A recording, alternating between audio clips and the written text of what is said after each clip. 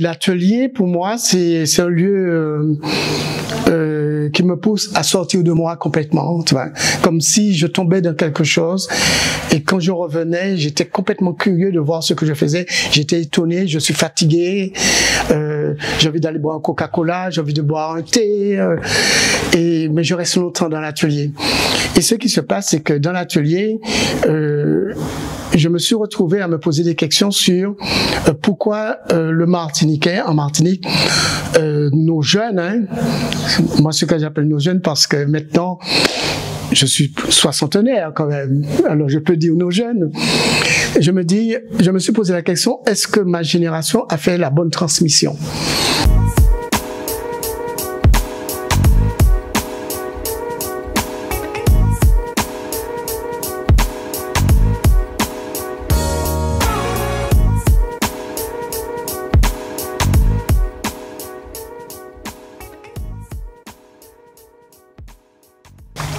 Parce que souvent j'entends des jeunes parler, je me dis, mais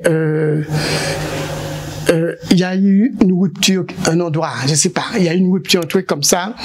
Et ce qui m'a beaucoup touché, c'est comment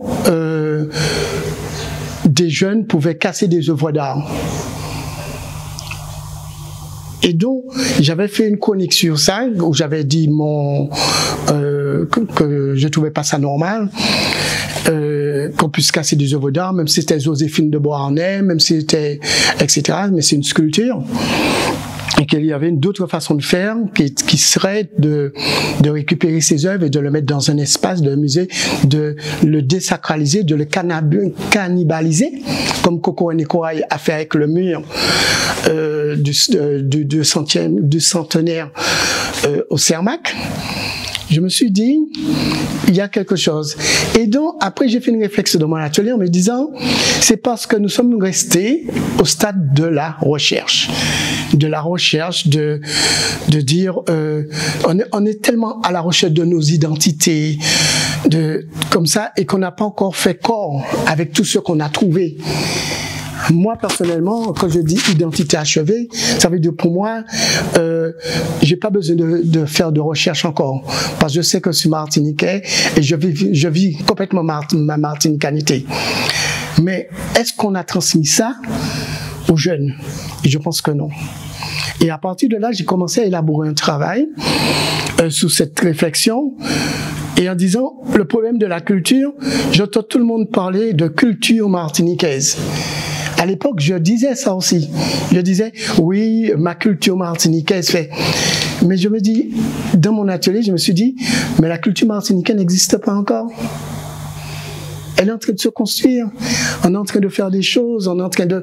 Et donc, je fais tout ce travail de réflexion autour de la performance et autour de la peinture sur cette affaire. Et les 2 ans qui sont passés ont été 2 ans catastrophiques pour la Martinique. Catastrophique au niveau économique, au niveau culturel, si je pourrais dire, et au niveau du savoir.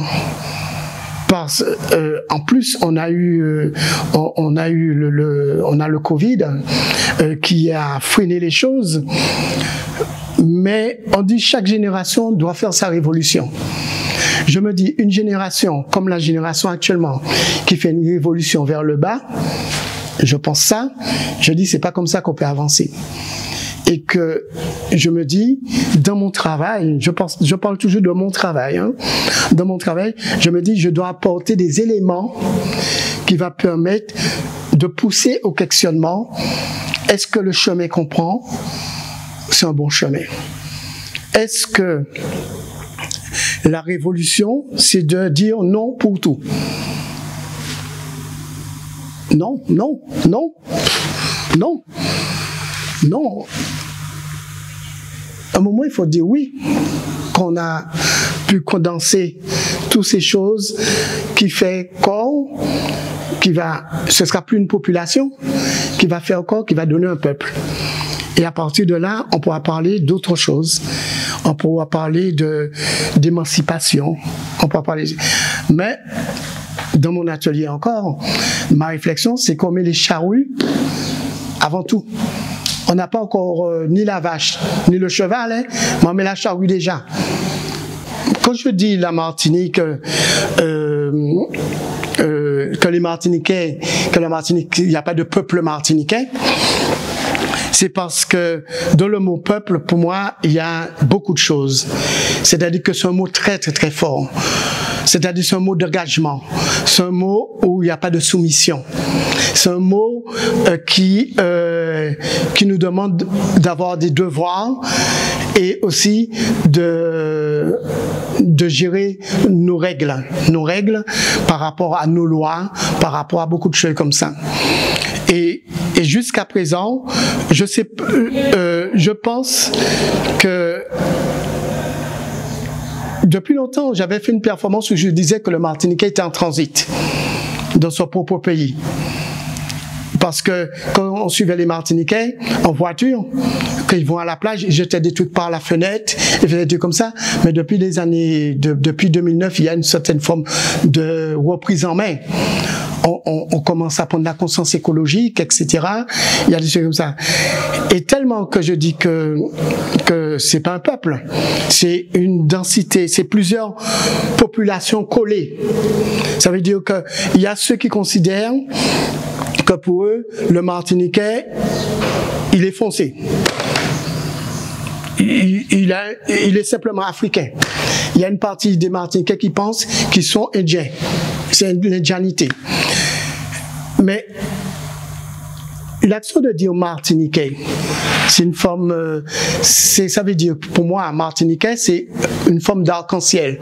Quand on dit Martiniquais, ça veut dire qu'on a accepté toutes ces cultures, toutes ces composantes, qu'elles soient européennes, asiatiques, africaines, amérindiennes, etc., qui va composer, qui va donner ce peuple martiniquais, qui va donner le Martiniquais. Mais le Martiniquais, il est là. Il est là, mais ça reste toujours, comme il est dans un état de recherche identitaire, recherche des origines, qu'il n'a pas besoin de chercher, parce qu'il a toutes les origines. Et tant qu'il est dans ce truc-là, il ne peut pas faire peuple.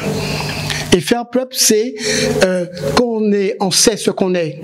On a toutes les origines, on sait qu'on a toutes ces origines-là. On va se rassembler, on va faire corps, et on va être une unité. Et une unité égale peuple. Il n'y a pas de politique culturelle. Il y a des coups comme ça. On va faire un petit coup. Les politiques n'ont jamais pris au sérieux les artistes. Pour les politiques, et ça fait un moment que je pratique la chose artistique avec les politiques, hein, et pour eux, les artistes sont des saltimbanques. Nous sommes là pour les foires foraines. Nous sommes là pour égayer. Nous sommes là pour qu'ils puissent dire oui, voilà un artiste du pays, voilà ceci. Et le problème est que les artistes eux-mêmes ne se prennent pas au sérieux. Quand je dis ça, peut-être qu'on va dire que je divague, mais le problème qui se passe, c'est que les artistes sont trop individualistes. Je ne sais pas pour la Guadeloupe, mais en Martinique, c'est catastrophique. C'est catastrophique parce qu'à chaque fois qu'on a essayé de faire des regroupements avec les artistes, à tout moment, il y a eu des notions politiques qui sont venues casser les élans. De tout ce qu'on a fait, ce que je peux dire au niveau de mon expérience artistique en Martinique, c'est que on a peur du commerce. On a peur du commerce, on a peur du business, on a peur de la durée. Comme si on avait peur de franchir, comment on dit, on avait peur de franchir toutes les marches pour arriver en symbolisation comme l'échelle d'Ogon. On a peur. Et le problème, c'est que cette individualité, ça pouvait rester dans l'atelier, mais c'est ambiant, c'est partout. C'est partout et tous les artistes, il y a un problème. Je ne sais pas pour la Guadeloupe, mais pour la Martinique, c'est ça. Je conçois ça comme ça. Au niveau des lieux culturels, il n'y a pas de... À part de la Fondation Clément, il n'y a pas d'espace pour exposer. il y a l'Atrium, la salle de l'Atrium, c'est un lieu qui n'a pas été créé pour des artistes plasticiens.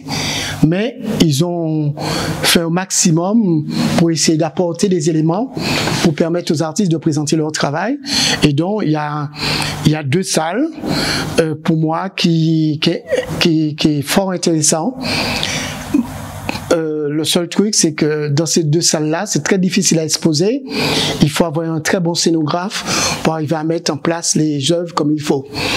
Mais là, l'Atrium, depuis quelques années, collaborent beaucoup à bien montrer les choses et à trouver des scénographes qui présentent bien les choses au niveau des travaux des artistes. Parce qu'un artiste, automatiquement, on a l'habitude de tout faire par nous-mêmes, mais un artiste, c'est pas son travail de monter les expositions. Un artiste est là pour faire le travail, d'expliquer son travail, de discuter avec tous les corps de métier qui montent l'exposition, parce qu'il a besoin de recul pour son travail. Mais nous, comme il n'y a rien, on était obligé de tout faire. Et là, avec l'Atrium, la Fondation Clément, les trucs sont en train de se structurer. Et on est en train de reconnaître tous les autres métiers qui entourent l'artiste. Parce que l'artiste, quand même, il y a plus de 30 corps de métier qui entourent une exposition. Depuis l'éclairagiste, le maçon, le charpentier, l'imprimeur, la personne qui va faire le cocktail, le vigile, les chroniqueurs, il y a tout un truc qui se passe, l'attaché de presse, tout ça. Et donc, il y a un truc qui est en train de se mettre en place. L'autre côté que je peux dire aussi, si nous sommes comme ça, c'est parce que les artistes se sont pas pris en main. Ça fait plus de 30 ans que je suis là et que j'entends toujours le même discours. On n'a pas de salle d'exposition, on va monter un centre d'art, on va faire ceci pour les artistes, tout ça. Il y a des réunions et rien ne se fait. Parce que les artistes ne croient pas au collectif. Et simplement, je pense que c'est simplement un collectif, un corps de métier qui peut faire avancer les choses. Et tout collectif a de la voix. Mais quand on va individuellement, j'ai beaucoup exposé. J'ai exposé à Dubaï, j'ai exposé à New York, j'ai exposé dans toute la Caraïbe, en solo. Qu'est-ce qui reste? Abdel fait exposer, c'est tout. Mais quand les collectifs exposent, c'est fantastique. Quand on a fait l'exposition de la République dominicaine des artistes art contemporain, choisi 6 artistes martiniquais à Saint-Domingue, ça a fonctionné. Quand on a fait la même chose en France, dans les salons, ça fonctionne. Parce qu'un collectif, il y a les journalistes qui vont venir pour le collectif. Et tant qu'on n'est pas ensemble, on va toujours végéter comme on végète. Et puis autre chose, c'est que les artistes, il y a un problème, c'est comme je disais tout à l'heure là, on met la charrue devant tout. On est trop pressé. Beaucoup d'artistes sont trop pressés. Ils veulent le beurre, ils veulent la crémière, ils veulent tous. Toutes sortes de choses ils veulent. Mais moi je me dis, moi je prends l'art, moi personnellement, quand j'ai décidé de monter un plan de carrière, si je peux employer ce mot-là, je me suis dit, qu'est-ce que je peux faire comme carrière, sachant que le marché international, si je ne fais pas la rencontre qu'il faut, je ne serai jamais sur ce marché international. Qu'est-ce que je dois faire? Me faire connaître chez moi, dans la Martinique, me faire connaître dans la Caraïbe, et éventuellement faire des salons internationaux qui vont me permettre de rencontrer les 100 personnes qui contrôlent la planète. Pas plus. Et c'est comme ça que j'ai fait. Parce que je considère qu'un artiste, c'est comme un cuisinier. Au commencement, qu'il commence à faire sa cuisine, il commence à être un snack. Après, il va élaborer son snack, il va gagner un peu d'argent, il va devenir une brasserie. Après la brasserie, il va tellement travailler qu'il va devenir avec une étoile Michelin. Après, dès qu'il est entré dans l'étoile Michelin, il va travailler pour essayer de prendre 2 étoiles, 3 étoiles. Et là, c'est comme ça.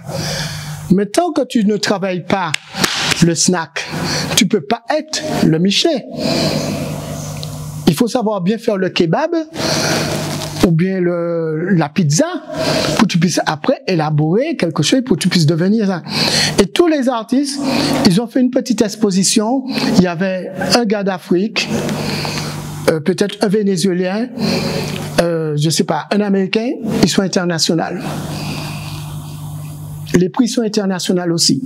Le mec a 2 ans de peinture. Il vient de sortir dans une école d'art. Il a le même prix que quelqu'un qui a déjà 30 ans de peinture. Il y a un problème. Et le problème qui se passe, nous n'avons pas de régulateur. Il n'y a pas de critique. Tout le monde s'improvise critique d'art. Tout le monde. Ces 5 dernières années, il y a quelques émergents qui commencent à venir. Et je trouve super intéressant parce que nous sommes aidés par les critiques de la Caraïbe qui commencent à sortir. Tout le monde te parle de cotation. Ah, je suis coté de 4 000 €. Ces gens n'ont jamais participé dans une vente aux enchères. Pour avoir une cotation, il faut faire minimum 3 ventes aux enchères avec le même tableau. Ils n'ont jamais participé. Et je ne sais pas, je me dis qu'on ne prend pas les choses comme il faut, on va trop vite et on se brûle les ailes. Et c'est pourquoi, tant qu'on ne s'est pas refixé sur nous-mêmes, sur notre pays, sur la population, sur nos populations, à partager notre savoir. Après, on le partage avec la Caraïbe. Après la Caraïbe, on le partage avec l'Amérique latine. Après l'Amérique latine, on le partage avec les États-Unis. Après, on n'a même pas besoin de demander à l'Europe. L'Europe va le prendre. Parce que tout ce qui vient des États-Unis, les États-Unis ont déjà fait le travail. Et nous avons une porte en Europe, mais jusqu'à présent, n'oublions pas que nous faisons partie de la périphérie. On ne va pas nous appeler, on ne va pas venir nous chercher, parce qu'il y a des Martiniquais, il y a des gens de la Caraïbe qui vivent en Europe.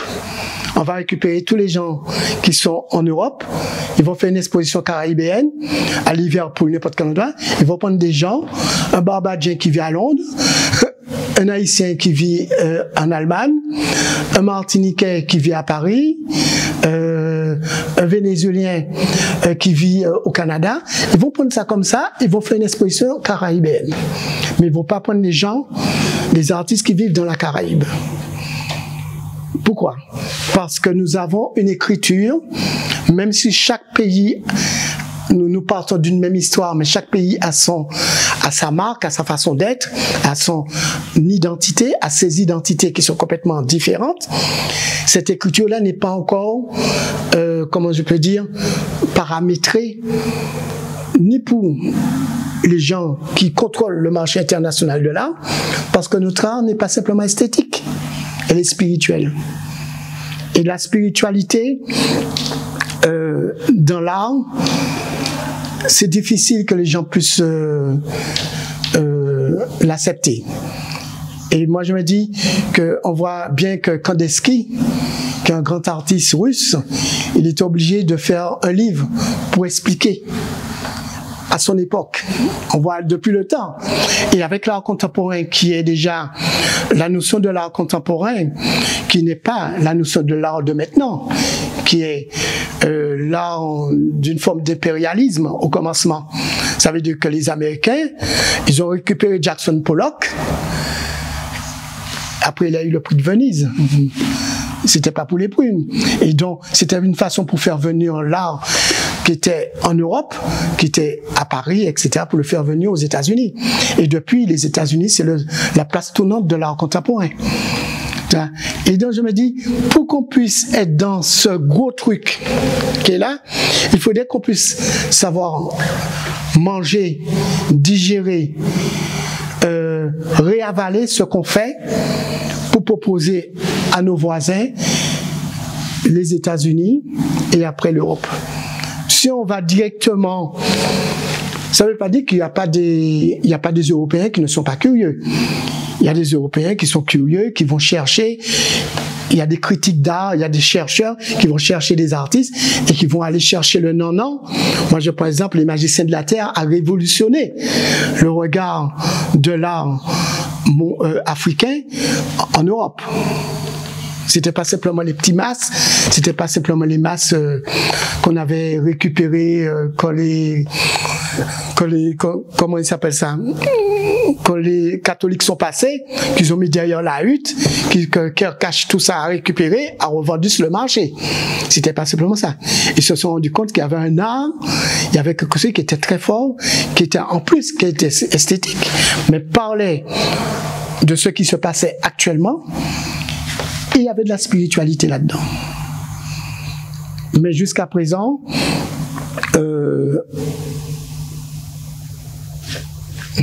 tu sais, à Basel et à Miami, peut-être bientôt ce sera à Cuba, ou bien, je ne sais pas, au Venezuela, et peut-être en Guadeloupe. Parce qu'à un moment, ils seront obligés de venir. Parce que nous avons un truc très très très fort qui se passe dans la Caraïbe. Et ce qui se passe dans la Caraïbe, nous devons avoir des chercheurs, des critiques d'art, des gens pour décortiquer, pour parler le même langage que les Européens, que les Américains, pour qu'ils puissent comprendre ce qu'on fait. Parce que quand on voit bien ce qui se passe ici, il y a bien de l'esthétique, mais il y a une part de spiritualité qui est immense. Moi, je ne pensais pas vivre aussi vieux, parce que pour moi, ça devait s'arrêter quand j'avais 30 ans. Et j'ai eu une renaissance après 30 ans qui a fait que j'ai fait de la peinture. Et la peinture m'a permis d'être là. 62 ans, bientôt 63.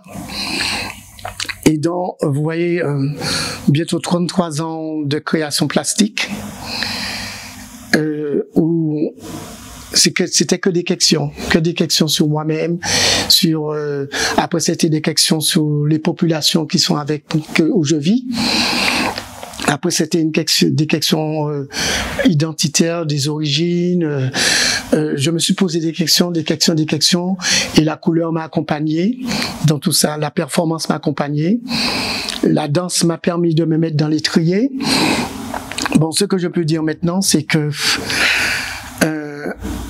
ce que j'ai toujours peur quand je suis dans mon atelier, c'est que je sens que je m'approche d'une certaine de finitude, et quand je viens toucher cette finitude-là, elle s'enfuit.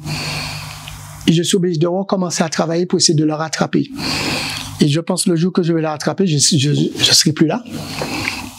Et que tout le travail de recherche que j'ai fait, graphiquement, qui vont rester, et que les gens vont pouvoir le voir s'ils sont curieux.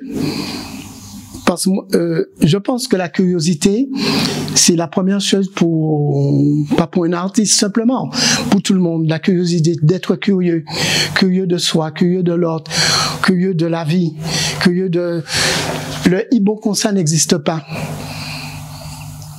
Et ce qui est important, très important, surtout pour faire de la peinture, c'est avoir une sincérité, ne pas faire pour plaire, ne pas fermer sa bouche, ne pas avoir peur de dire des bêtises, de dire des choses. Parce que dans une bêtise, parfois, il y a tellement de mots sacrés là-dedans que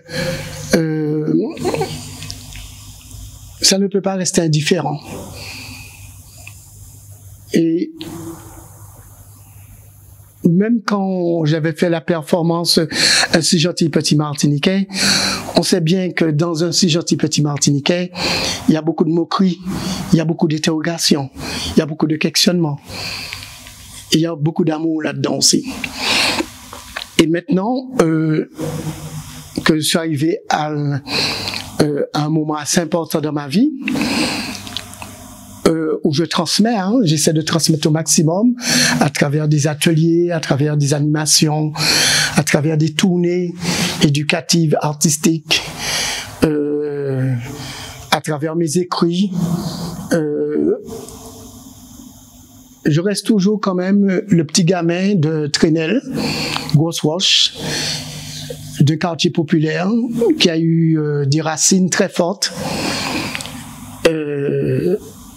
Et je n'ai pas bifurqué de chemin. Il y a plusieurs fois je pouvais bifurquer, mais la rigueur qu'on m'a inculquée m'a permis d'avancer dans mon travail. Et dans ma dernière exposition, si j'ai la chance de le faire ou de le voir aussi, peut-être c'est quelqu'un qui va le faire à ma place, cette exposition, je sais pas, avec le Covid, ça va très vite.